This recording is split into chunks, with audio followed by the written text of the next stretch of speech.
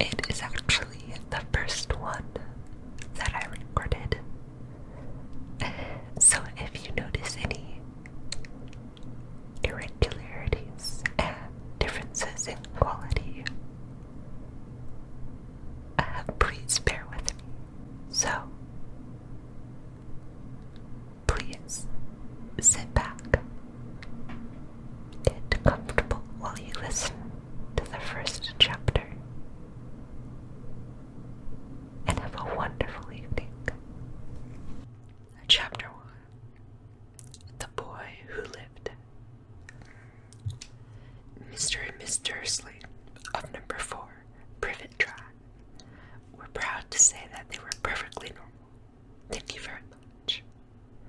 They were the last people you'd expect to be involved in anything strange or mysterious, because they just didn't hold with such nonsense. Mr. Dursley was the director of a firm called Grunnings, which made drills.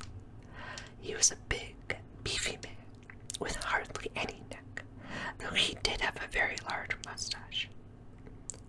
Miss Dursley was thin and blonde and had nearly twice the usual amount of neck, which came in very useful as she spent so much of her time craning over her garden fences, spying on the neighbors. The Dursleys had a small son called Dudley, and in their opinion, there was no finer boy anywhere.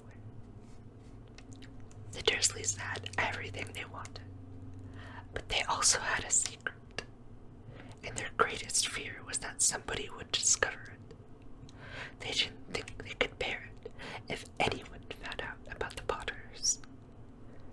Miss Potter was Miss Dursley's sister, but they hadn't met for several years. In fact, Mr. Dursley pretended she didn't have a sister, because her sister and her good-for-nothing husband were as un-Dursleyish as it was possible to be. The Dursleys shuddered to think what the neighbors would say if the Potters arrived in the street. The Dursleys knew that the Potters had a small son too, but they had never seen either. This boy was another good reason for keeping the Potters away. They didn't want Dudley mixing with a child like that. When Mr. and Miss Dursley woke up on the dull, gray Tuesday our story started, there was nothing about the cloudy sky outside to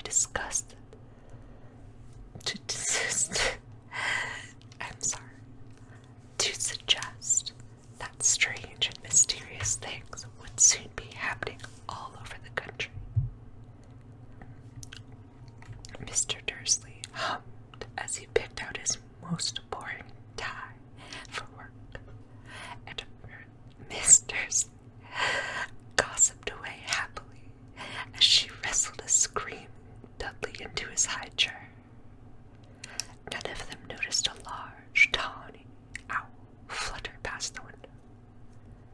At 8:30, Mr. Dursley picked up his briefcase, pecked Miss Dursley on the cheek, and tried to kiss Dudley goodbye, but missed, because Dudley was now having a tantrum and throwing his cereal at the walls. Little Tyke chortled Mr. Dursley as he left the house. He got into his car and backed out of number 4's drive. It was on the corner of the street that he noticed the first sign of something peculiar: a cat reading a map. For a second, Mr. Dursley didn't realize what he had seen. Then he jerked his head around to look again.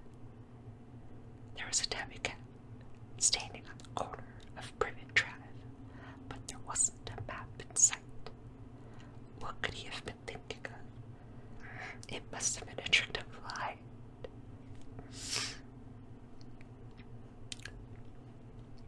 Mr. Dursley blinked and stared at the cat, Cat turned back. As Mr. Dursley drove around the corner and up the road, he watched the cat in his mirror. It was now reading the sign that said Privet Drive. No, looking at the sign. Cats couldn't read maps or signs. Mr. Dursley gave himself a little shake and put the cat out of his mind. As he drove toward town, he thought of nothing except a large order of drills he was hoping to get that day. But on the edge of town, drills were driven out of his mind by something else. As he sat in the usual morning traffic jam, he couldn't help noticing that there seemed to be a lot of strangely dressed people about. People in cloaks. Mr. Dursley couldn't bear people who dressed in funny clothes, the get-ups you saw on young people. He supposed this was some stupid fashion. He drummed his fingers on the steering wheel, and his eyes fell on a huddle of these weirdos standing quite close by. They were whispering excitedly together. Mr. Dursley was enraged to see that a couple of them weren't young at all. Why, that man had to be older than he was, and wearing an emerald green cloak. The nerve of them! But then it struck Mr. Dursley that this was probably some silly stunt. These people were obviously collecting for something. Yes, that would be it. The traffic moved on, and a few minutes later, Mr. Dursley arrived in the Grunnings parking lot, his mind back on drill. Mr. Dursley always sat with his back to the window in his office on the 9th floor. If he hadn't, he might have found it harder to concentrate on his drills that morning. He didn't see the owls swooping past in broad daylight, though people down the street. They pointed and gazed open-mouthed as owl after owl sped overhead. Most of them had never seen an owl even at nighttime. Mr. Dursley, however, had a perfectly normal owl-free morning. He yelled at 5 different people. He made several important telephone calls and shouted a bit more. He was in a very good mood until lunchtime, when he thought he'd stretch his legs and walk across the road to buy himself a bun from the bakery. He'd followed all about the people in cloaks until he passed a group of them next to the baker's. He eyed them angrily as he passed. He didn't know why, but they made him uneasy. This bunch were whispering excitedly too, and he couldn't see a single collecting den. It was on his way back past them, clutching a large donut in a bag, that he was caught a few words of what they were saying. The Potters, that's right. That's what I heard. Yes, their son Harry. Mr. Dursley stopped dead. Fear flooded him. He looked back at the whispers as if he wanted to say something to them, but he thought better of it.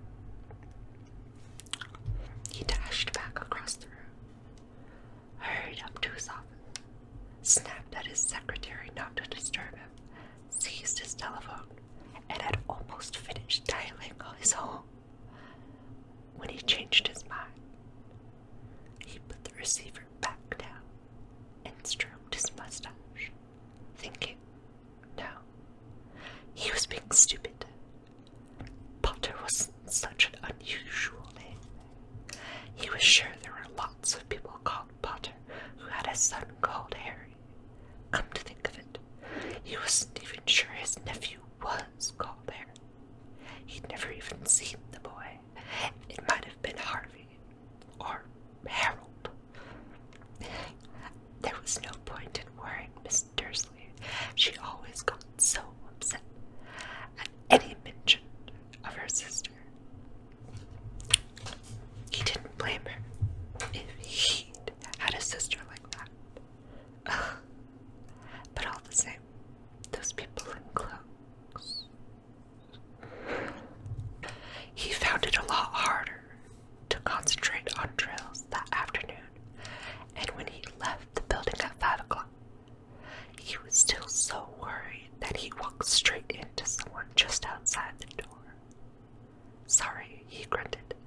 as the tiny old man stumbled and almost fell. It was a few seconds before Mr. Dursley realized that the man was wearing a violet cloak. He didn't seem at all upset at being almost knocked to the ground.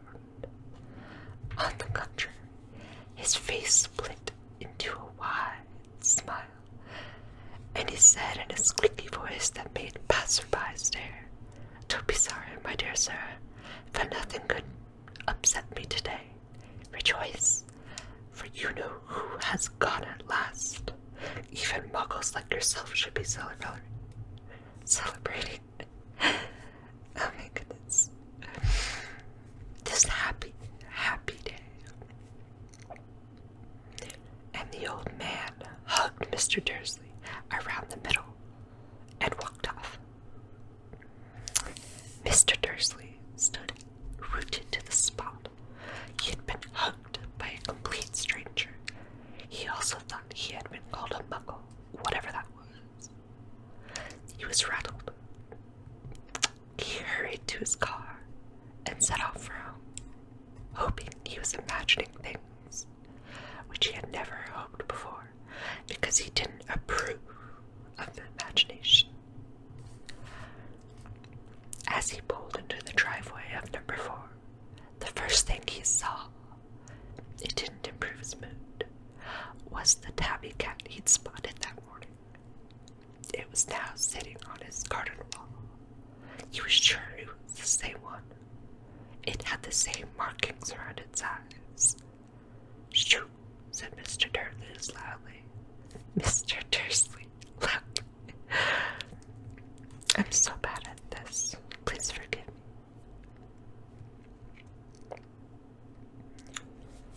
The cat didn't move. It just gave him a stern look. Was this normal cat behavior? Mr. Dursley wondered. Trying to pull himself together, he let himself into the house. He was still determined not to mention anything to his wife.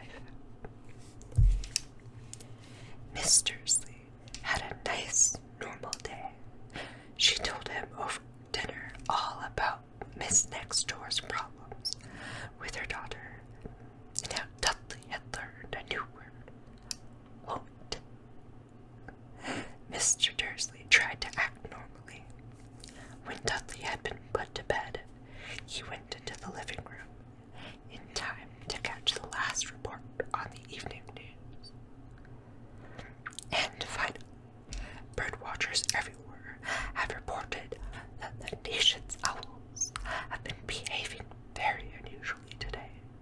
Although owls normally hunt at night and are hardly ever seen in daylight, there have been hundreds of sightings of these birds flying in every direction since sunrise. Experts are unable to explain why the owls had suddenly changed their sleeping pattern. The newscaster allowed himself a grin, most mysterious. And now, over to Jim McGruffin with the weather. Going to be any more showers of those owls tonight, Jim? Well, Ted, said the weatherman, I don't know about that, but it's not only the owls that have been acting oddly today. Viewers as far apart as Kent, Yorkshire, and Dundee have been phoning in to tell me that instead of the rain I promised yesterday, they've had a downpour of shooting stars. Perhaps people have been celebrating bonfire night early. It's not until next week, folks, but I can promise a wet night tonight. Mr. Dursley sat frozen in his armchair. Shooting stars all over Britain, owls flying by daylight, mysterious people in cloaks all over the place, and a whisper about the Potters. Miss Dursley came into the living room, carrying 2 cups of tea. It was no good. He'd have to say something to her. He cleared his throat nervously.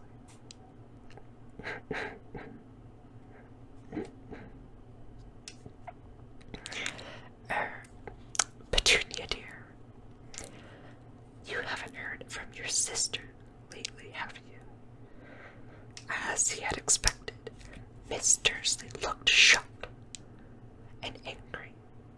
After all, they normally pretended she didn't have a sister. No, she said sharply. Why? Funny stuff on the news, Mr. Dursley mumbled. Owls, shooting stars, and there were a lot of funny-looking people in town today. So, snapped Miss Dursley.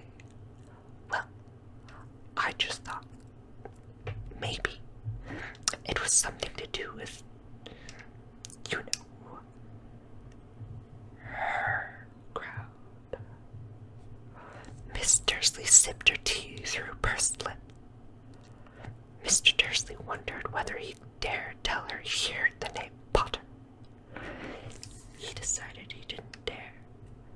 Instead, he said, as casually as he could, "Their son, he'd be about Dudley's age, wouldn't he?"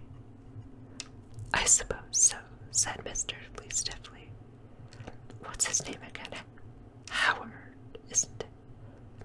"Harry. Nasty, common name, if you ask me."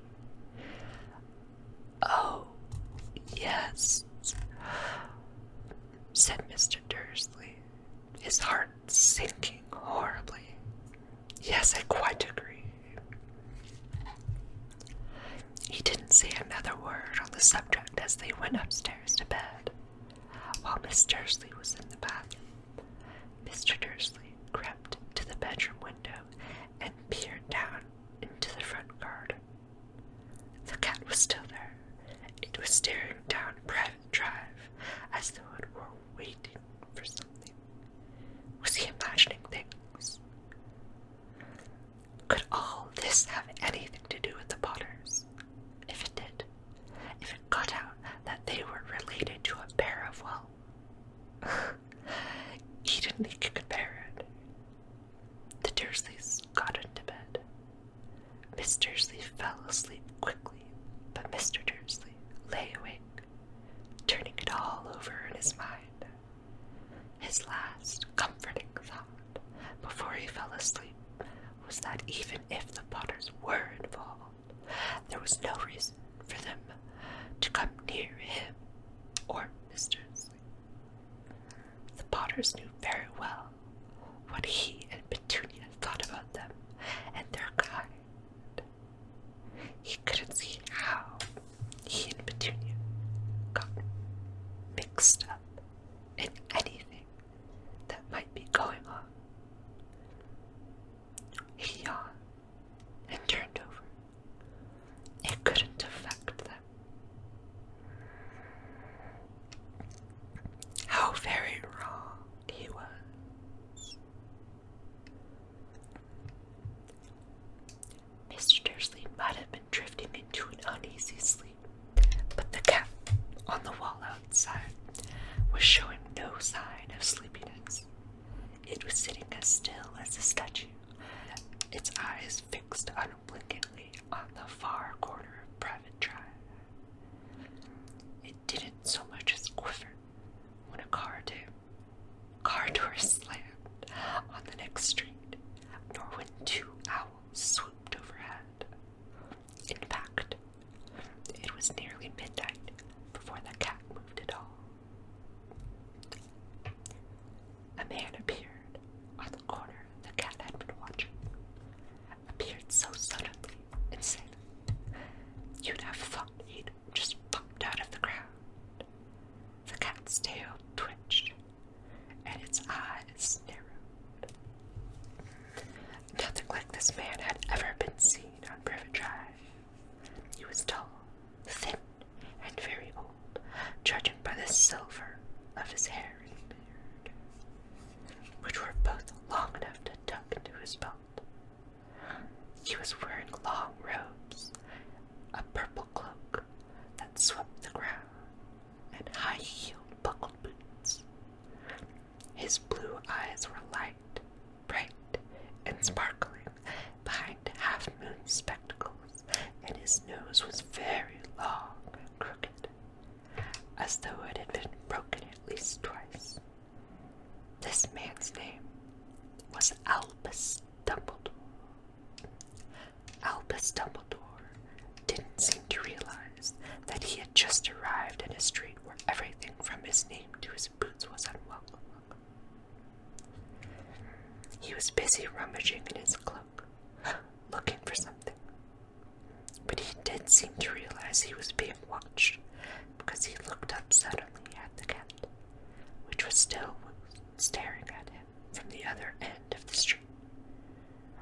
For some reason, the sight of the cat seemed to amuse him. He chuckled and muttered, "I should have known."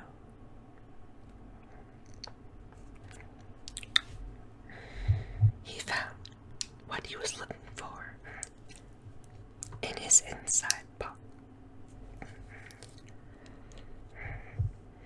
It seemed to be a silver cigarette lighter. He flicked it open, held it up in the air, and clicked it. The nearest street lamp went out with a little pop. He clicked it again. The next lamp flickered into darkness. 12 times he clicked the put outer until the only lights left on the whole street were 2 tiny pinpricks in the distance, which were the eyes of the cat watching him. If anyone looked outside their window, even beady-eyed Miss Dursley, they wouldn't be able to see anything that was happening down on the pavement. Dumbledore slipped the put-outer back inside his cloak and set off down the street toward number 4, where he sat down on the wall next to the cat.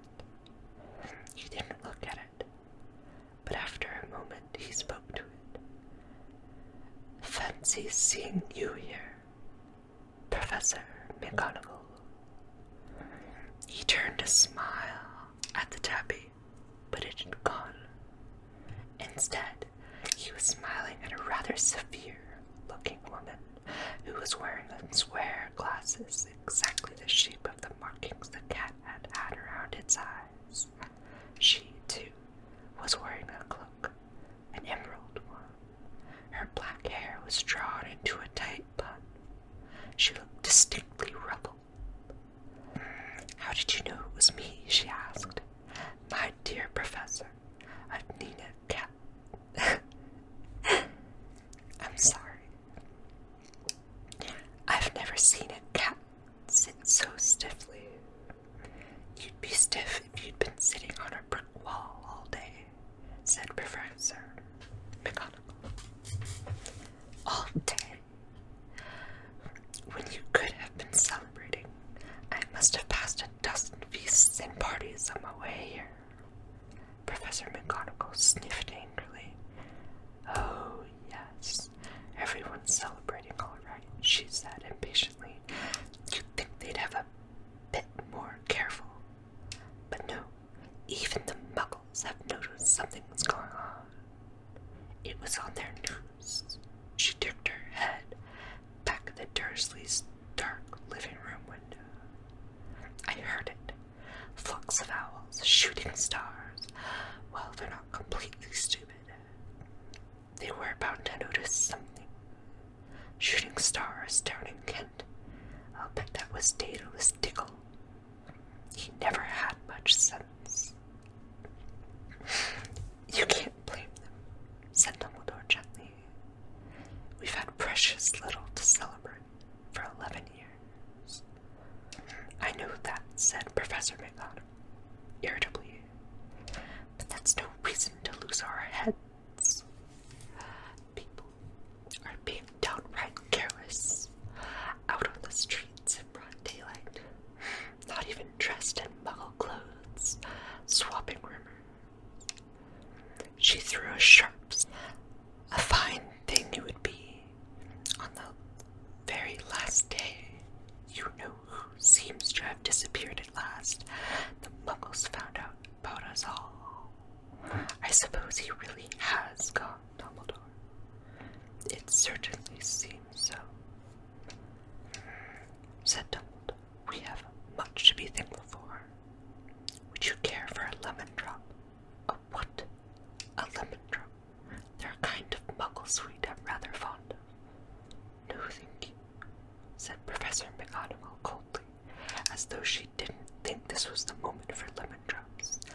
I say, even if you know who has gone, my dear professor, surely a sensible person like yourself can call him by his name. All this you-know-who nonsense. For 11 years, I have been trying to persuade people to call him by his proper name. Voldemort. Professor McGonagall flinched, but Dumbledore, who was unsticking 2 lemon drops, seemed not to notice. It all gets so confusing if we keep saying you-know-who. I have never seen any reason to be frightened of saying Voldemort's name. I know you haven't, said Professor McGonagall, sounding half exasperated, half admiring. But you're different. Everyone knows you're the only one you know who, all right, Voldemort was frightened of. You flatter me, said Dumbledore calmly. Voldemort had powers I will never have, only because you're too, well, noble to use them. It's lucky it's dark. I haven't blushed so much since Madame Pomfrey told me she liked my new earmuffs. Professor McGonagall shot a sharp look at Dumbledore and said, "The owls are nothing next to the rumors that are flying around. You know what everyone's saying about why he's disappeared, about what finally stopped him. It seems that Professor McGonagall had reached the point she was most anxious to discuss. The real reason she had been waiting on a cold, hard wall all day for neither a cat nor a woman. She had fixed Dumbledore with such a piercing stare as she did now. It was plain that whatever everyone was saying, she was not going to believe it until Dumbledore told her it was true. Dumbledore, however, was choosing another lemon drop and did not answer. What they're saying, she pressed on, is that last night Voldemort turned up in Godric's Hollow. He went to find the Potters. The rumor is that Lily and James Potter that they're dead. Dumbledore bowed his head. Professor McGonagall gasped.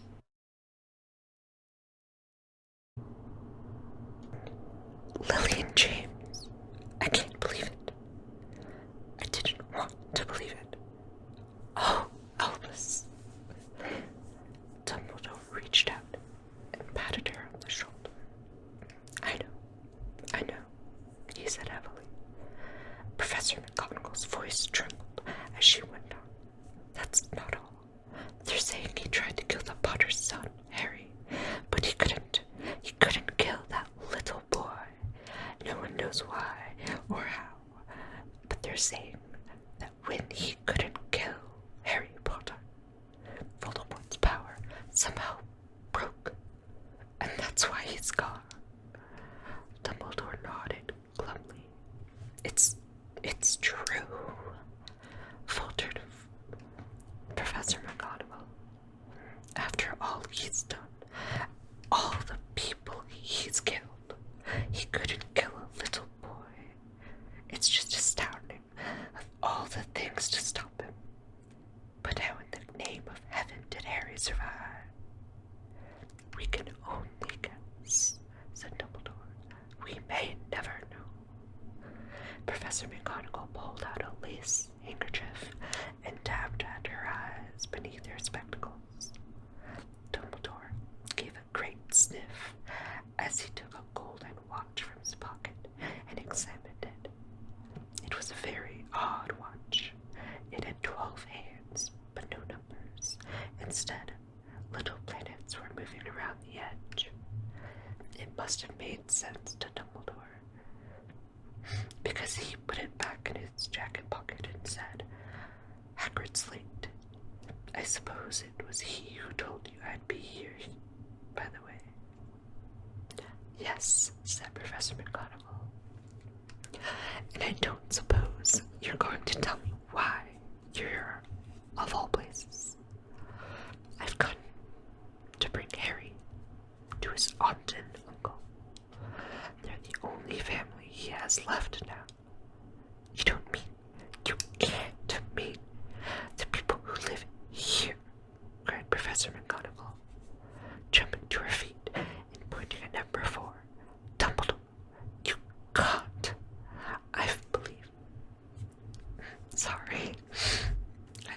messed up sometimes.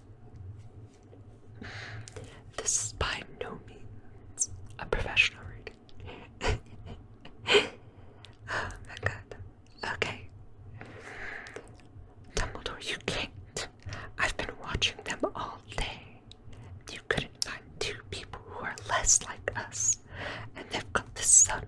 I saw him kicking his mother all the way up the street, screaming for sweets. Harry Potter, come and live here. It's the best place for him, said Dumbledore firmly. His aunt and uncle will be able to explain everything to him when he's older. I've written them a letter. A letter, repeated Professor McGonagall faintly, sitting back down on the wall. Really, Dumbledore, do you think you understand it? Oh, sorry. A letter, repeated Professor McGonagall faintly, sitting back down on the wall. Really, Dumbledore, you think you can explain all this in a letter? These people will never understand him. He'll be famous, a legend. I wouldn't be surprised if today was known as Harry Potter Day. In the future, there will be books written about Harry. Every child in our world will know his name. Exactly, said Dumbledore, looking very seriously over the top of his half-moon glasses. It would be enough to turn any boy's head. Famous before he can walk and talk. Famous for something he won't even remember. Can't you see how much better off he'll be growing up away from all that until he's ready to take it? Professor McGonagall opened her mouth, changed her mind, swallowed, then said, Yes, you're right, of course. But how is the boy getting here, Dumbledore? She eyed his cloak suddenly, as though she thought he might be hiding Harry underneath it. Hagrid's bringing him. You think it wise to trust Hagrid with something as important as this? I would trust Hagrid with my life, said Dumbledore. I'm not saying his heart isn't in the right place, said Professor McGonagall grudgingly. But you can't pretend he's not careless. He does tend to. What was that? A low rumble sound had broken the silence around them. It grew steadily louder and louder, and as they looked up and down the street for some sign of a headlight, it swelled to a roar as they both looked up at the sky, and a huge motorcycle fell out of the air and landed on the road in front of them. If the motorcycle was huge, it was nothing to the man sitting astride it. He was almost twice as tall as a normal man, and at least 5 times as wide. He looked simply too big to be allowed, and so wild. Long tangles of brushy black hair and beard hid most of his face. He had hands the size of trash can lids, and his feet in their leather boots were like baby dolphins. In his vast, muscular arms, he was holding a bundle of blankets. Hagrid, said Dumbledore, sounding relieved. At last. And where did you get the motorcycle? Borrowed it, Professor Dumbledore, sir, said the giant, climbing carefully off the motorcycle as he spoke. Young Sirius Black lent it to me. I've got him, sir. No problems, were there? No, sir. House was almost destroyed, but I got him out all right before the muggles started swarming around. He fell asleep as we were flying over Bristol. Dumbledore, Professor McGonagall bent forward over the bundle of blankets. Inside, just visible, was a baby boy, fast asleep. Under a tuft of jet black hair over his forehead, they could see a curiously shaped cut, like a bolt of lightning. "Is that where, Professor McGonagall?" "Yes," said Dumbledore. "You'll have that scar forever." "Couldn't you do something about it, Dumbledore?" "Even if I could, I wouldn't. Scars can come in handy. I have one myself above my left knee that is a perfect map of the London Underground." "Well, give him here, Hagrid. We'd better get this over with." Dumbledore took Harry in his arms and turned toward the Dursleys' house. Could I say goodbye to him, sir?" asked Hagrid. He bent his great shaggy beard over Harry and gave him what must have been a very scratchy, whiskery kiss. Then suddenly, Hagrid let out a howl like a wounded dog. "Shh!" hissed Professor McGonagall. "You'll wake the Muggles." Sorry," sobbed Hagrid, taking out a large spotted handkerchief and burying his face in it. "But I can't stand it. Lily and James dead, and poor little Harry off to live with Muggles.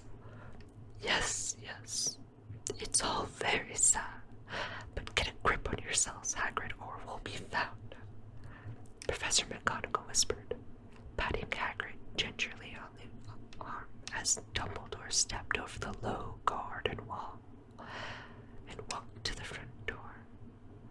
He laid Harry gently on the doorstep, took a letter out of his cloak, tucked it inside Harry's blankets, and then came back to the other two. For a full minute, the three of them stood and looked at the little bundle. Hagrid's shoulder shook. Professor McGonagall blinked furiously, and the twinkling light that usually shone from Dumbledore's eyes seemed to have gone out. "Well," said Dumbledore finally, "that's it. We've no business staying here. We may as well go and join the celebrations."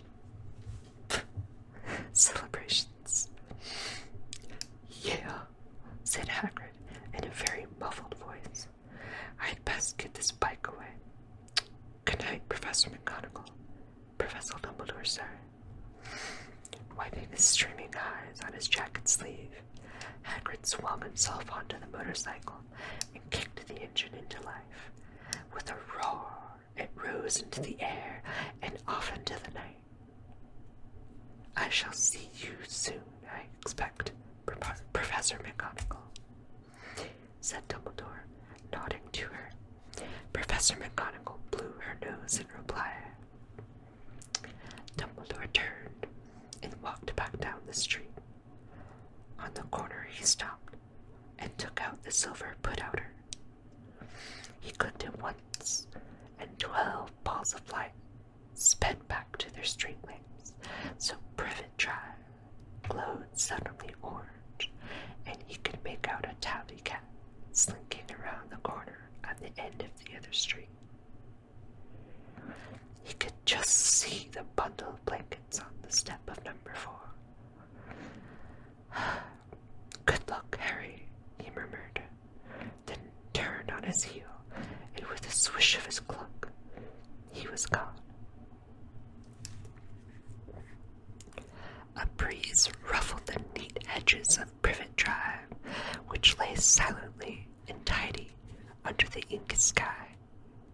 The very last place you would expect astonishing things to happen. Harry Potter rolled over inside his blanket without waking up. One small hand closed on the letter beside him and slept on. Not knowing he was special, not knowing he was famous, not knowing he would be woken in a few hours' time by Miss Dursley's scream as she opened the door to put out the milk bottles, nor that he would spend the next few weeks being prodded and pinched by his cousin Dudley. He couldn't know that at this very moment, people meeting in secret all over the country were holding up their glasses and saying in hushed voices, "To Harry Potter, the boy who lived." And that's the end of chapter 1. Thank you for listening. This Friday will be Dune Part 3. And next Monday will be Harry Potter Part 2. This is ASMR signing off.